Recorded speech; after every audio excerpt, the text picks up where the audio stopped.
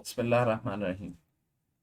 ये कुछ क्वेश्चंस हमने कर लिए थे, इसमें से 2012 का ये वाला क्वेश्चन कर रहे थे। इसके अंदर हमने ये देखा था कि ये 5 की पावर जो है उसको डिस्प्ले कर रहा था। ये एक लूपिंग स्टेटमेंट आई थी और उस लूपिंग स्टेटमेंट के थ्रू 5 की पावर आपके पास 13579 इस तरीके से प्रेजेंट कर रहा था। ये रिप्रेजेंटेशन, इसमें पावर का फंक्शन यूज हो रहा है POW, और पावर के फंक्शन के लिए आपको एक फाइल, हेडर फाइल math.h जो है वो इंक्लूड करानी होगी। लेकिन इसके लिए जो इसके अलावा सबसे एक तो ये हो सकता है, ये एक प्रोग्राम दे दिया आपसे, आपसे प्रोग्राम का पर्पस पूछ लिया गया। दूसरा क्वेश्चन क्या हो सकता है, आपको प्रोग्राम दे दें और आपसे पूछें कि प्रोग्राम का आउटपुट क्या होगा, तो वो आउटपुट भी हमने दे। तीसरा ऑप्शन क्या हो सकता है आपके पास कि चूंकि इसके अंदर काउंटर लूप इस्तेमाल हो रहा है, मुझे कैसे पता लगा काउंटर है? क्योंकि फॉर है। क्या ये बता सकते हैं कि इसके अंदर आपके पास काउंटर वेरिएबल क्या है? ए। अच्छा बताइए, वो कौन सा वेरिएबल है जो कि रिजल्ट को प्रिंट करा? वो वेरिएबल कौन सा है? टी।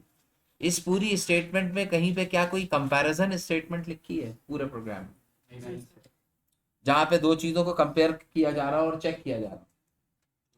क्या इस पूरे प्रोग्राम में कहीं चेकिंग हो रही है? तो हम देख लेते हैं कि चेकिंग हो रही है या नहीं।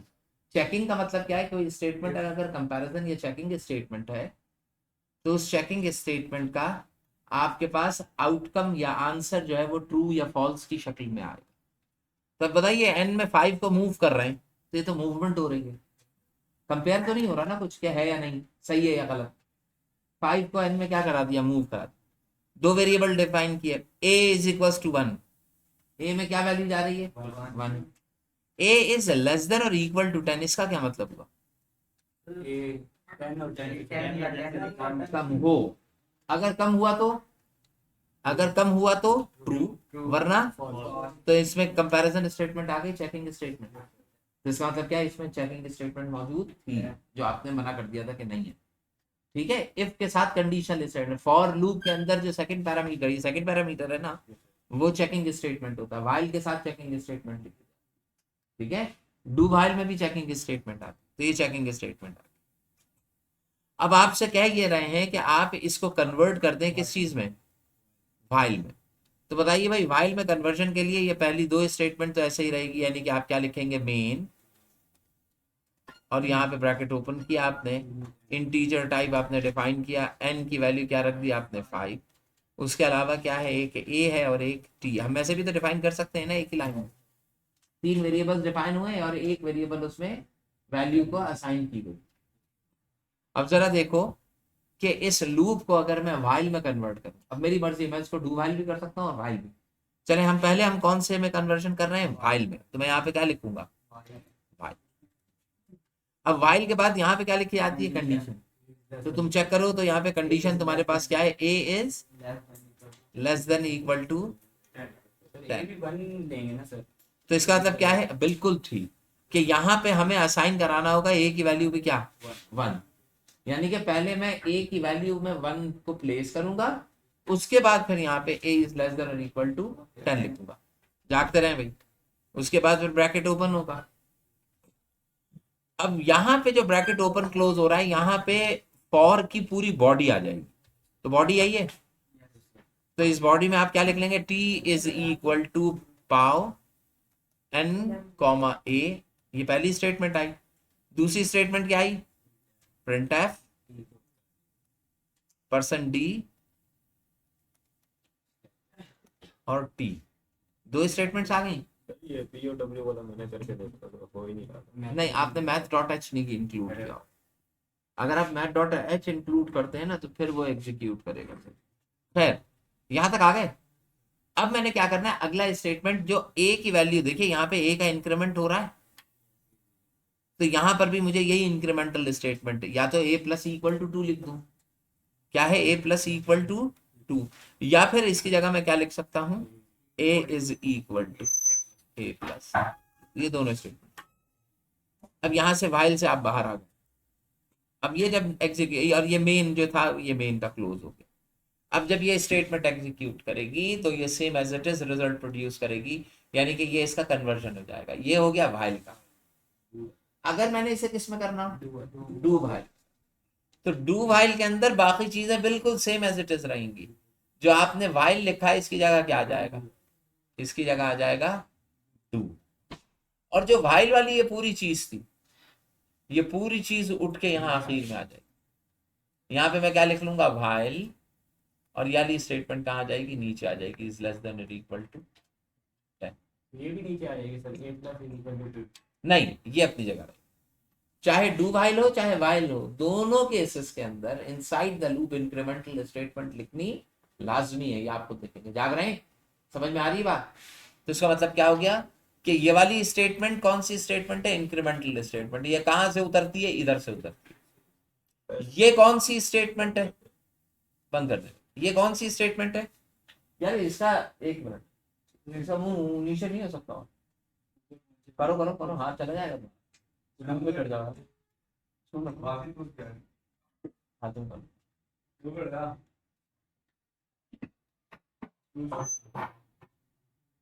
यार आप वैसे मेहनत करते हैं ना, तो आप भी कर सकते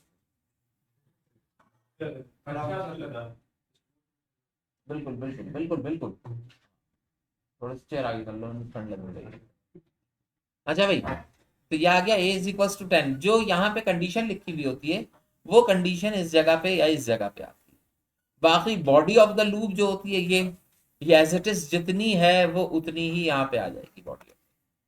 समझ रहे हैं, तो इसका कन्वर्जन इतना मुश्किल नहीं होता, लेकिन पेपर में ये कन्वर्जन आएगा, अंडरस्टूड है, कन्वर्जन जो होगा वो आएगा। अच्छा, ऐसा भी हो सकता है कि आपको एक फ्लो चार्ट दे दे,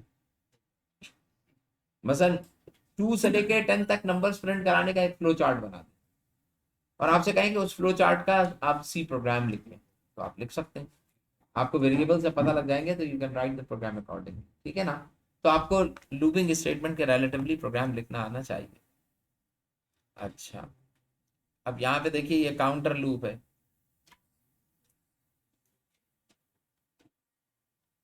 अब ये कहना है what will be the output if the given statement inserted and, इसमें अगर मैं वन इंसर्ट करता हूं तो क्या आउटपुट आएगा। अब अगर मैं इसको कन्वर्ट कर, तो ये ऐसे है कि पहले मेन है, ठीक है।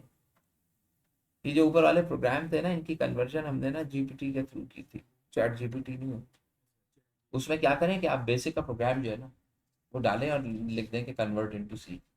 तो जो प्रोग्राम आपने लिखा होता है ना उसको वो डायरेक्टली सी में कन्वर्शन, क्वेश्चंस डायरेक्टली कन्वर्जन करके दे रहा होता है। तो यहाँ पे क्या है, मेन आ गया, यहाँ पे आप करेंगे इंटीजर। पहले कौन सा वेरिएबल डिफाइन किया जा रहा है, ये CLS तो क्लियर स्क्रीन के लिए, इसको तो रहने दें, इसको छोड़। ये क्या है, TN, तो एक वेरिएबल है TN, किसके बराबर है, 5, ठीक है। उसके बाद देखो ये एक काउंटर वेरिएबल भी है, काउंटर, तो मैं इसको भी लिख लेता हूं, इसकी जगह मैं काउंटर जो लिखा हुआ है वही लिख लें, ठीक है।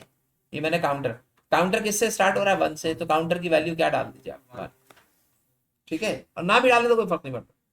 तो यहाँ पे क्या है, फॉर लूप स्टार्ट हो रहा है, फॉर लूप यहाँ से स्टार्ट। तो बताइए मैं फॉर लूप लिखूंगा, फॉर कहां से कहां, काउंटर चल रहा है 1 से लेके कहां तक जा रहा है। तो बताइए काउंटर के अंदर काउंटर जो होगा वो स्टार्ट कहां से होगा, इक्वल्स टू 1, कहां तक जा रहा है, 2 तक। तो काउंटर इज लेस देन और इक्वल टू, ऐसे लिखा जाएगा 2। अब मुझे ये बताओ कि कोई स्टेप नहीं लिखा, इसका मतलब क्या है, काउंटर प्लस प्लस है यहाँ पे, यानी कि हर दफा एक एक क्या होता जाएगा, इंक्रीज। अब काउंटर के अंदर क्या चीज लिखी है, ये प्रिंटिंग के लिए आएगी। ये जो है ये नेक्स्ट, फॉर का नेक्स्ट लास्ट स्टेटमेंट होती है। इसका मतलब क्या है, फॉर के साथ अगर नेक्स्ट लिखा है तो इसका मतलब क्या है, फॉर यहाँ पे एंड हो रहा, आपका फॉर यहाँ पे एंड हो गया। अब यहाँ पे बीच वाली स्टेटमेंट मिसिंग है, 40 वाली, यानी कि फॉर के अंदर वो कौन सी स्टेटमेंट लिखी आएगी जो बार बार क्या करती जाएगी, एग्जीक्यूट। अब ये कह रहा है पहली दफा कि अगर प्रिंट एफ करा दू काउंटर को, पहली स्टेटमेंट में दरमियान में लिखूं प्रिंट एफ %d/n काउंटर, जाग रहे हैं भाई, जागते रहिए, काउंटर, ये स्टेटमेंट अगर लिख दी गई। अब मुझे ये बताओ, देखो क्वेश्चन दे कैसे रहा है, अगर मैं इस लोकेशन पे, लोकेशन ए पे, इसकी जगह अगर लिखा हुआ हो प्रिंट एफ काउंटर, अगर मैं इस स्टेटमेंट को उठा के यहां प्लेस कर दूं फॉर में, तो बताओ तुम्हारा आउटपुट क्या होगा, यहाँ पे तुमने बताना है आउटपुट। तो बताइए पहले आउटपुट क्या आएगा, टीएन की वैल्यू 5 है, काउंटर 1 है। देखो अंदर जो प्रिंट कराया जा रहा है वो टीएन तो नहीं करा रहे हैं ना, क्या प्रिंट करा रहे हैं, तो पहले काउंटर की वैल्यू क्या प्रिंट होगी 1, फिर क्या प्रिंट होगी 2, फिर क्या प्रिंट होगी 3, प्रिंट नहीं होगा। तो इसका मतलब क्या है, आउटपुट यहाँ पे क्या लिखेंगे, ये जो जगह लिखी है जिसमें आपने आउटपुट मेंशन करना है वो 1 एंड 2। अगली दफा क्या है, अब आप ये कराना है प्रिंट कराएं टीएन भी और काउंटर भी, दोनों चीज, पहले टीएन और फिर काउंटर। तो बताइए मैं इस स्टेटमेंट को ऐसे लिखूंगा कि मैं ये वाली स्टेटमेंट यहीं पे लिख देता हूं, क्या लिखे आप, प्रिंट एफ, दो वेरिएबल प्रिंट करा रहे हैं ना, इसका क्या परसेंट डी। देखो फिर से समझ लो, ये क्वेश्चंस किस में दिए गए, जीडब्ल्यू बेस। आपके क्वेश्चन किस में आएंगे, सी लैंग्वेज। तो तुम्हारे पास ये चीजें नहीं लिखी हुई होंगी, तुम्हारे पास ऐसे लिखा है print F percent D TN और काउंटर, ऐसे लिखा हुआ आएगा। अब तुमसे पूछेंगे, और स्लैश एन, यहाँ पे स्लैश है, अब तुमसे पूछेंगे कि भाई अगर मैं इनने ये वाली स्टेटमेंट यहाँ रख दी तो क्या होगा।